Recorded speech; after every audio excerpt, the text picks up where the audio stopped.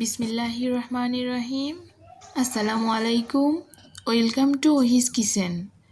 আজকে আমি নিয়ে এসেছি আপনাদের জন্য দুর্দান্ত স্বাদের প্যানকেক রেসিপি। এই রেসিপিটি ছোট বড় সবার খুব পছন্দের, বিশেষ করে যারা তেল ছাড়া বাচ্চাদেরকে কোনো নাস্তা বানিয়ে দিতে চান তাদের জন্য।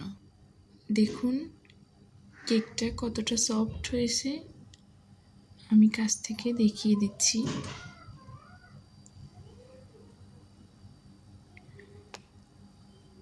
রেসিপিটি ভালো লাগলে লাইক, কমেন্ট অ্যান্ড শেয়ার করে ফ্যামিলি অ্যান্ড ফ্রেন্ডসদেরকে দেখার সুযোগ করে দিবেন। চ্যানেলটি সাবস্ক্রাইব করে পাশে থাকা বেল আইকনটি অন করে রাখবেন।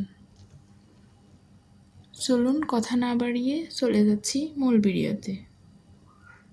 আমি এখানে বড় সাইজের একটা প্যানকেক তৈরি করার জন্য 3টে ডিম নিয়ে নিয়েছি। সেক্ষেত্রে আপনারা বাড়িয়ে কমিয়ে নিতে পারেন। আমি এখানে রুম টেম্পারেচারে থাকা 3টি ডিম নিয়ে নিব। তারপর এখানে চিনি আর সামান্য পরিমাণ লবণ দিয়ে দেব। আমি 1/3 কাপ চিনি এবং 1 চিমটি লবণ দিয়ে দিয়েছি। এখন একটা হ্যান্ড উইস্ক দিয়ে ভালোভাবে ফেটিয়ে নেব। ততক্ষণ পর্যন্ত ফেটে নিতে হবে যতক্ষণ পর্যন্ত চিনি গলে না যাবে। আমি এখানে প্রায় 10 মিনিটের মতো ডিমগুলো ফেটিয়ে নিয়েছি। ডিমগুলো যত বেশি সময় নিয়ে ফেটিয়ে নেবেন কেকটা ততটাই সফট হবে।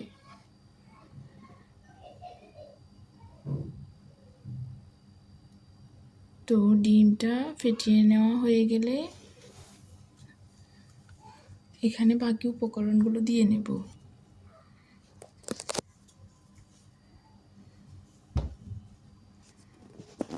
ডিমটা ফাটানো হয়ে গেছে। এখন আমি এখানে 1/2 কাপ ময়দা, 1/2 কাপ ফুল ক্রিম গুঁড়ো দুধ,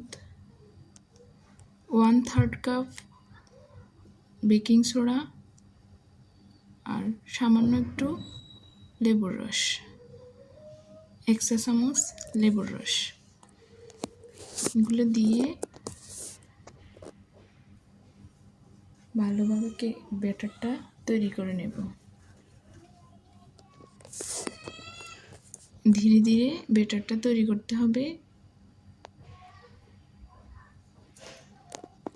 তাড়াহুড়ো করা যাবে না ব্যাটারটা তৈরি করার সময়। এখন আমি এখানে ব্যাটারটা তৈরি করার জন্য লিকুইড দুধ দিয়ে নেব, যেটা আগ থেকে জাল করে রেখেছি আমি। এ পর্যায়ে আমি পরিমাণ মতো লিকুইড দুধ দিয়ে নেব। দুধ দিয়ে আমি ভালোভাবে ফেটিয়ে নেব।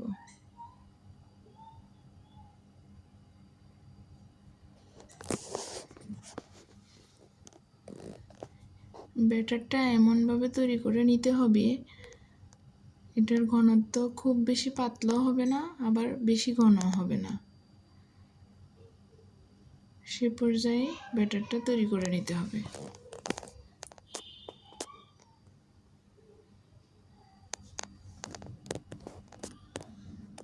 ব্যাটার তৈরি করা হয়ে গেছে।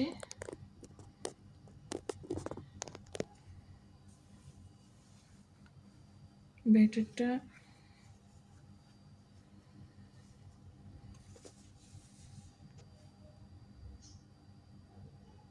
খুব ভালোভাবে ফেটিয়ে নিয়েছি। এখন চুলায় একটা প্যান বসিয়ে দেব।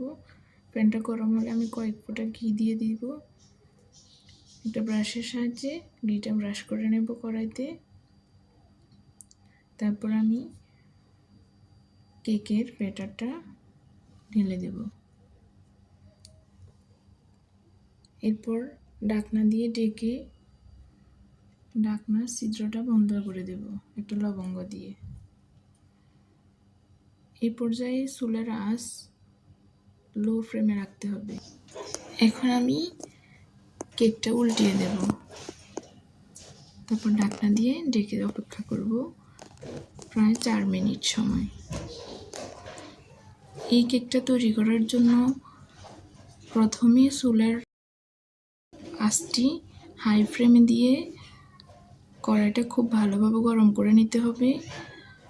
তারপর ব্যাটার দেওয়ার আগ মুহূর্তে চুলার আঁচটা লো ফ্লেমে করে দিতে হবে এবং কি শেষ পর্যন্ত চুলার আঁচটি লো ফ্লেমেই রাখতে হবে।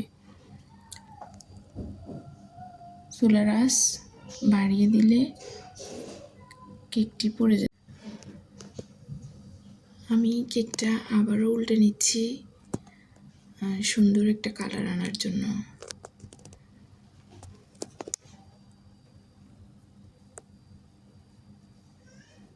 এই পর্যায়ে আমি ঢাকনা খুলে চেক করে নিব কেকটা হয়েছে কিনা। কেকটা সুন্দর কালার আনার জন্য এপিট ওপিট উল্টে ভালোভাবে ভেজে নিতে পারেন। আমরা দেখতেছি কেকের এপিট ওপিট ভালোভাবে হয়েছে। এখন আমরা কিভাবে বুঝবো কেকের ভিতরে হয়েছে কিনা? চলুন তাহলে চেক করে নিই। কাঠির গায়ে আঠালো থাকলে মনে করবেন কেকের ভিতরে কাঁচা। কাঠি পরিষ্কার থাকলে অর্থাৎ আঠালো কিছু না থাকলে মনে করবেন কেকটা পারফেক্টভাবে হয়ে গেছে। তৈরি হয়ে গেল অল্প সময়ে সবার জন্য এই দুর্দান্ত স্বাদের নাস্তাটি।